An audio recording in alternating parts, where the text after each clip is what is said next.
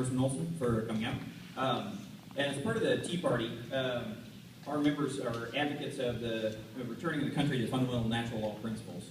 And as such, in particular, we align ourselves with proponents of free market natural law principles, as articulated by Milton Friedman, Cleon Skousen, and Frederick Hayek. Most of the following questions I'll have will center around ideas found in these works, but they're really not modern concepts. They're just advocates of returning to what the founders started off in 1776. So what I want to kind of just put that fundamental out there as we go forward, and then kind of give you a foundation for where I'm going with this. So first question kind of centers around the basics of Cleon Skousen and natural law of economics. He states the following: that free market economy is based on four principles: the freedom to try, the freedom to buy, the freedom to sell, and the freedom to fail. And then the role of the government is fourfold in the free market economy: to prevent illegal force, to prevent fraud, to prevent monopoly, and to prevent debauchery.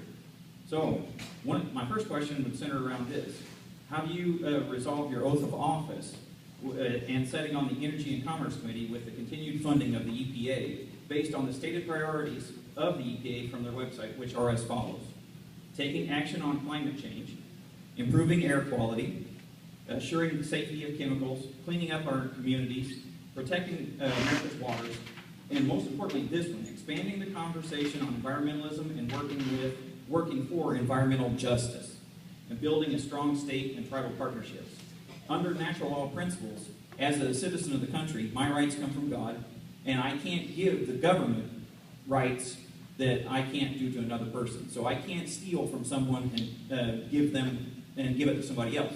So under the EPA's stated priorities, they're advocating stealing from the American taxpayer and redistributing that under environmental justice. So how would you square that with your oath of office to defend the Constitution? That is a great question, my friend. EPA is out of control. We all know that. A couple examples of EPA has done here in Texas. And obviously President Obama does not like our state. He hates the fact that we're an oil and gas state. Because he hates oil, he hates gas, he hates coal. He's gone after our state many times through EPA. He got rid of our permitting process called flexible permitting for our refineries. It was working. We lowered our emissions, the emissions they're concerned about, SOx and NOx, half, double the national average. Texas did that. While we're the fastest growing state in the country. That's confidence to be proud of. And the EPA said no.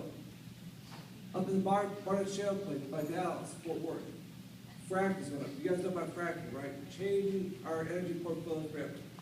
We can become energy independent by 2020 if we just do the right thing and turn the market loose. They went after a company up there saying that somehow water got contaminated by the fracking process. Our Railroad Commission are the ones who investigate this in Texas. They got on the job. It takes about 6 weeks to find out what happened.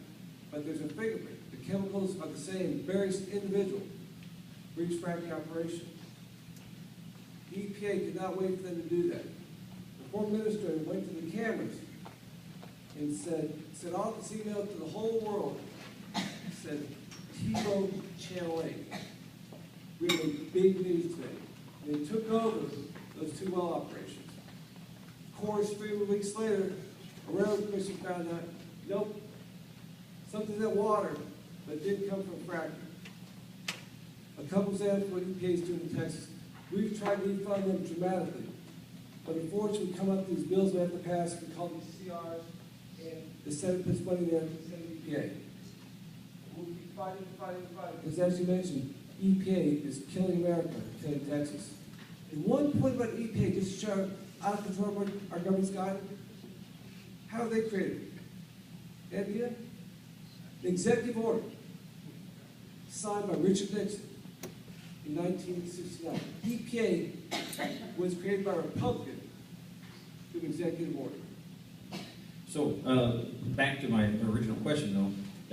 Under natural law, one of the things is that for a constitutional republic to maintain, we have to have moral and virtuous leaders. So under your oath of office, you would continue to vote against funding for the EPA going forward? Would you pledge to do that? Because they are violating our constitutional rights. Is that what I'm hearing from you? I'll destroy EPA in any way I possibly can. Okay. You come to the office and show me EPA on the head. I mean, they're destroying our country, making us uncompetitive, and killing our chance to become energy independent by 2020. Okay.